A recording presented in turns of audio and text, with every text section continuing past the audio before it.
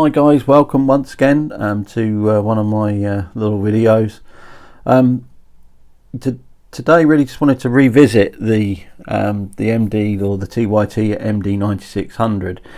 There were a few issues with the early versions. Number one was a clicking sound in between going from receive to standby. They have addressed this and they've improved it. And so hopefully that's no longer an issue. It does still click to a degree, but it's much softer now than the sort of like the harsh sort of click that there was. The other thing they've addressed is the volume. There is now a bit of dynamic range between the two. So now, instead of this going sort of like to sort of full whack, there is now this sort of soft range. I don't know if you can hear. At the moment we're receiving a bit of analog signal there. Right, the other thing that was a bit of an issue is actually what's coming up at the moment. You'll notice now that we're receiving an analog signal and you can hear the actual clicking then, but it's actually trying to receive something on analog, and it completely overtakes the other VFO. Now the trouble is there is no way of stopping that at the moment, and I'm hoping that they resolve that with some firmware so that we can at least lock out.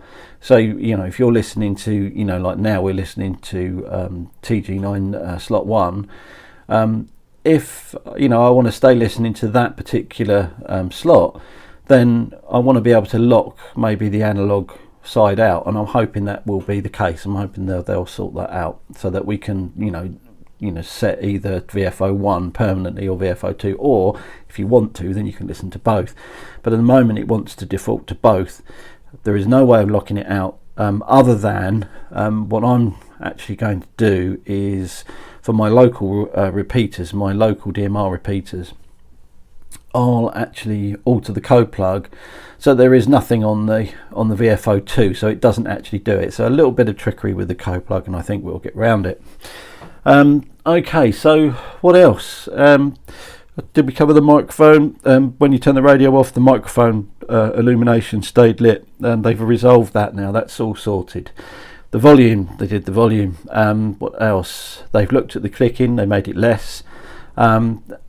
And as I say, there still is this issue with the VFOs.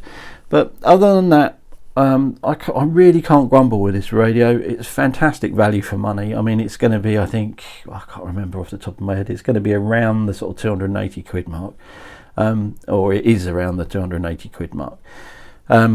It's good value. I think it does an awful lot, and I actually use the sample radio here as like a little home base unit. And to be honest with you, I'm not that sort of fussed to use anything else. It's just so good. You get much more power than a handheld, and it does work really well in the car. So I really can't grumble with them. I think they're absolutely fantastic and great value for money. But it's not going to please everyone. I doubt that that it may have some sort of typical quirks when it comes to these sort of cheap radios. Right, okay, well that pretty much wraps it up. I just wanted to come back to it a little bit, just to sort of say that there have been some modifications made, and to be honest, I was impressed the first time round with the radio. It wasn't that bad. But they've made a few improvements and it's much better, so happy days. Especially the volume, that to me was a big thing. Just one point to make: they still haven't altered the thing when it comes out of the box. When you turn it on, it nearly deafens you with the big beep, so be warned. You might not want to do that in where your baby's sleeping when you turn it on, because wow, it is quite loud. Right, okay, that pretty much wraps it up. Thanks for watching. As always, if you want to see videos like this in the future, please put something in the description below. I tend not to remove things. I answer things best I can. And as I say, if you've got any suggestions, please put them in the description below. If you like the video, like it. If you don't like it, don't like it, whatever. And please subscribe, because as I say, there's going to be more over the next 2018. I'm going to sort of make a bit more of an effort to do some regular uploads. Unless I do what I did this last month, where I managed to pull a muscle in my shoulder and not be able to do much. But yeah, so all good stuff. As I say, subscribe, and see you soon.